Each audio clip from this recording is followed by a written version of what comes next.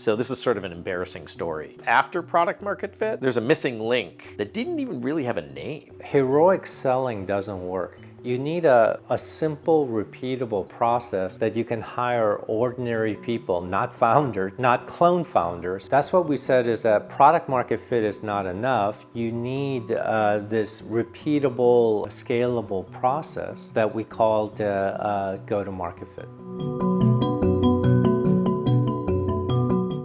So Bob and I have worked on 2 startups together. So I mentioned Airespace. When I was the CEO of Airespace, I hired Bob to run business development, and he did a phenomenal job as head of business development at Airespace. And then later, when I incubated MobileIron and I hired the first 2 co-founders, then I hired Bob to be the CEO. So he was the 3rd co-founder and CEO of MobileIron. So we worked for a long time on these 2 companies. Yeah, so in 2005, Cisco bought Airespace, and I spent 3 years at Cisco. But I always wanted to be a CEO. In 2008, one of my former team at Airespace had been out talking to customers about an idea to help solve security and management for smartphones. And he talked to a lot of customers, and he got really good feedback. His name was AJ Mishra. He was working with another guy named Suresh Bachu, and they'd spent 6 months talking to customers. And they approached me to see if I would be interested to join them as CEO and be a co-founder of the company. When I looked at what they were working on, I had this, oh my God, I gotta go do this. And so I left Cisco. I actually left a decent amount of money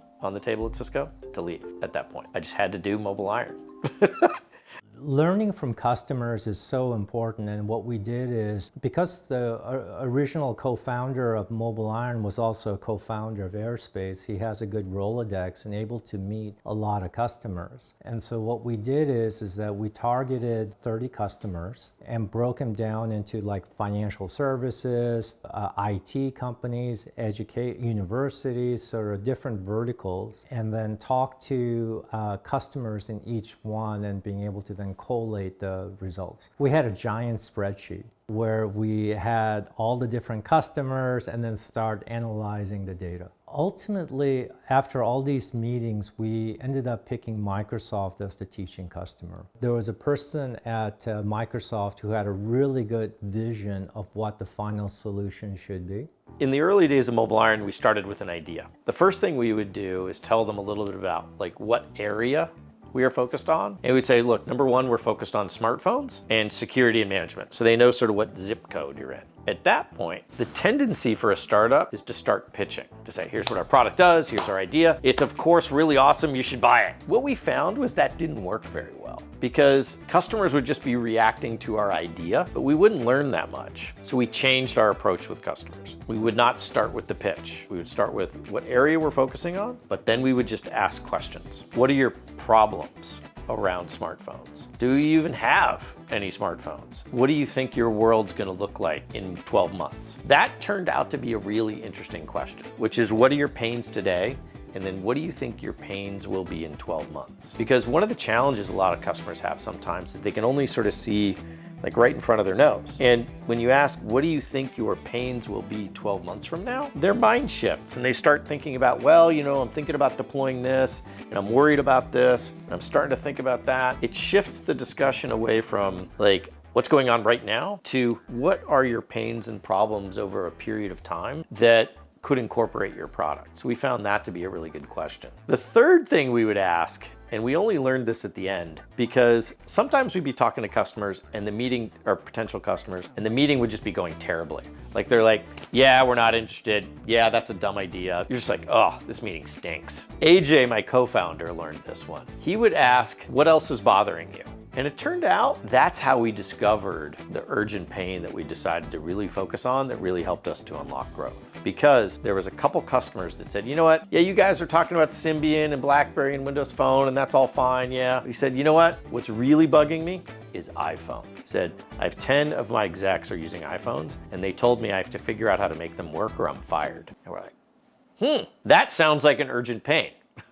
The second thing we did was build a prototype that we could show customers. It was rough, it was buggy, but it sort of illustrated the idea of what you could do with a security and management platform to help onboard smartphones and wipe smartphones. We talked to probably 40 or 50 teaching customers. Of those, eventually 10 to 15 became betas, and of those 5 became our first paying customers. It was a tough time, particularly given in 2008, the financial market crash. So all of a sudden, customers became even more risk averse from buying from startups. But because there was enough pain around the problem we were solving, they were willing to try it. We got to those first 5 paying customers. We called that product market fit. Getting to product market fit is something that we were really proud of. It's a huge milestone. And frankly, if you don't get there, you never really get a chance to become a real company. But one of the big challenges is there's a lot of companies that get to 10 customers, but then never really see growth unlock. That was one of my big frustrations. The advice that investors gave us and that other startups said, well, once you get to product market fit, just go hire some salespeople. That's how you make growth happen. Get to 10 customers, the founders sold the first 10 customers, now go hire some salespeople and you'll grow. Turned out, that's not actually what happens. After product market fit, there's a missing link between product market fit and unlocking growth that didn't even really have a name. So I was super frustrated by that.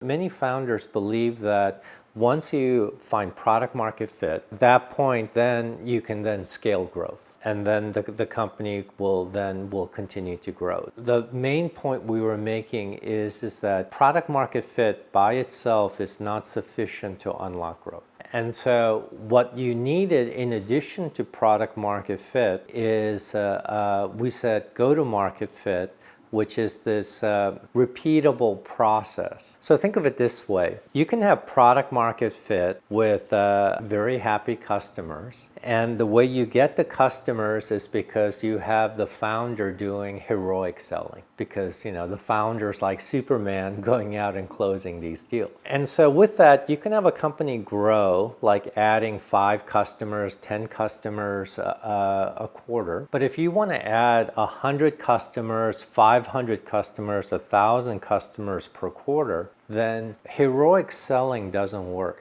You need a simple, repeatable process that you can hire ordinary people, not founders, not clone founders, to unlock growth.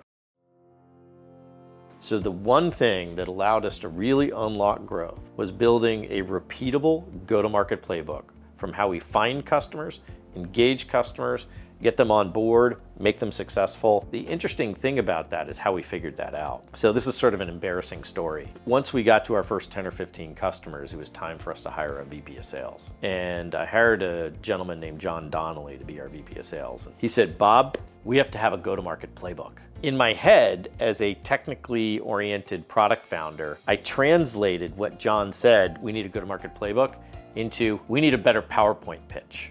Boy, was I wrong. As an early stage founder, you're pitching your product, always talking about, you're like, oh, we just need a better PowerPoint pitch. That's really just what we need. And turns out that was just totally wrong. The go-to-market playbook is the entire step-by-step journey that customers go through from the first time you touch them to when you get them into eval, to when you get them into an executive meeting, to when you get them to sign on the purchase order. Nailing down that customer journey and what the company does at each stage of that customer journey so that you move customers quickly through that, that's a go-to-market playbook. Once we had that down, the magic of it was we could hire a new sales rep and be like, do this and you'll win deals. We could hire a new marketing person, they'd be like, generate leads this way, we'll win more deals. It also had a really interesting side benefit. It also helped the company to know what to do. Now everybody in the company, from engineering to sales engineering to product management to marketing to support, they understood how what they were working on supported the go-to-market playbook. So in addition to unlocking growth, it became a massively unifying force for the company. Much like my first meeting with John when he said, we need a go-to-market playbook, and I was like, that's a better PowerPoint pitch, right? And he was just like, no. So I'll walk you through the steps of building the go-to-market playbook. So the first thing to do is you can imagine you're up at a whiteboard, just like you and your team standing at a whiteboard. Across the top of the whiteboard, write the stages of the customer journey from first touch to first meeting, second meeting, trial to executive decision to decision, like just across the top. Beneath that, you need to write what's the urgent pain that gets them to engage with you. During the demo and evaluation process, what are the wows that cause the customer to sort of really lean in and be like, ooh, I want to learn more. Because you pitch. But usually during a meeting, there'll be 1 or 2 things you talk about where the customer goes, tell me more. Those are your wows. So write your wows down. And those are sort of the date wows, like they're kind of the things that make the customer want to date you as an early stage company. Third thing you write down is what are the merry wows? What are the things that cause the executive who's actually making the decision to say, you know what? Yeah, we're gonna buy you. And then the fourth thing is, what about your product makes the customer a hero? Because in order for somebody to stick their neck out and say, I'm going to buy this product from an early stage company, they need to be able to see that they're gonna be able to become a hero inside their company. So I'll talk about that more a little bit later, but that's the top of the go-to-market playbook. And then underneath each one of those stages, you write, what do people say and do, and what are the tools they need to be able to succeed that stage? It typically fits on like one piece of paper, maybe two. There was a company I worked with where the VP of sales had created a go-to-market playbook that was 88 pages long, 88. It was basically a brain dump of everything you'd ever learned. That is not a go-to-market playbook. A go-to-market playbook fits on 1 or 2 pages, the stages across the top, urgent pain, the wows, the hero across the middle, and then on the bottom, it's what people do and say, and what do they need to support it. That one go-to-market playbook got us from probably 0 to $20 million in revenue. How do you know whether you found go-to-market fit or not? Like, you know, in the approach to finding go-to-market fit, you've got your first 10 or 15 customers, great job. So the question is, how do you know whether you've built a repeatable go-to-market playbook that starts to unlock growth? There are some metrics you can look at which help. Do you start to see ARR grow? Do you start to see sales efficiency happen? Interestingly, what I found is the way you know is you feel it. You feel the momentum. You start to see more deals showing up in the pipeline. You start to see more deals convert. Your sales team is happier. Like, just, you feel the momentum, and it's a blast. It is seriously probably one of the most fun times you will ever have as an entrepreneur, is when you start to feel that momentum. You know, it's like surfing. It's like you get on your board, you catch a wave, and all of a sudden you're flying across the water and you feel like $1 million. When you are in an early stage company and you found go-to-market fit and you start to feel that momentum and growth, like I get chills even thinking about it. I get it right now just thinking back to that time in MobileIron. And it was, I remember it vividly. So it was late 2010 and early 2011. We went from winning 5, 10 customers a quarter to 25 customers a quarter to 50 customers a quarter to 200 customers a quarter to eventually 500 customers a quarter, which is nuts, actually. When you start to feel that momentum like that, it's the most fun you'll ever have in running a startup. It's a blast.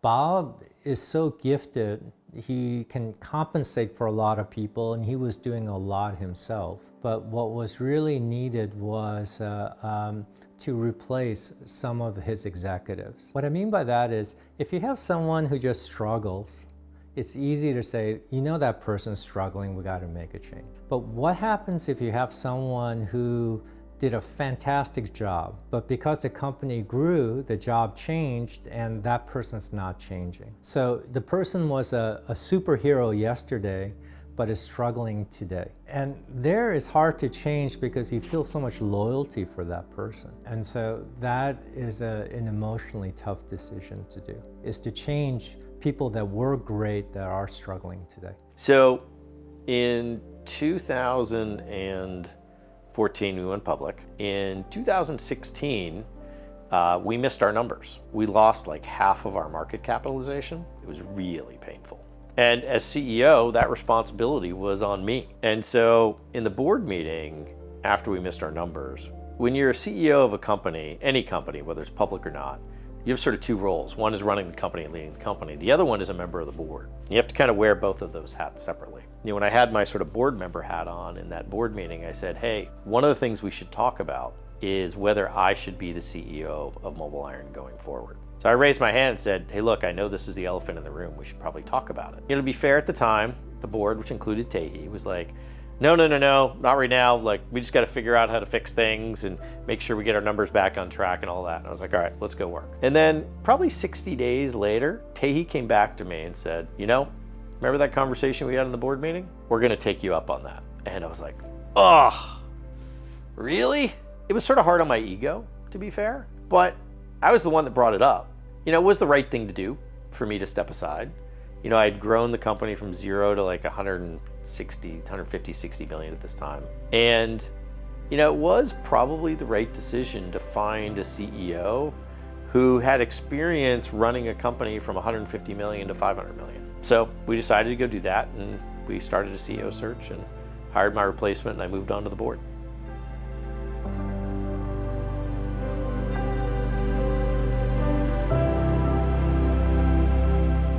I had two big frustrations in being an entrepreneur. The first frustration was I felt like companies go through stages where things change. I was always struggling to sort of understand what's next. So in the beginning, ideal VP of sales that you need is someone who's like a pioneer or an explorer. Someone that can find a path through the wilderness. As soon as you find that path through the wilderness, you don't want someone that's a pioneer type leader. As the company changes, your job changes, so the people have to change.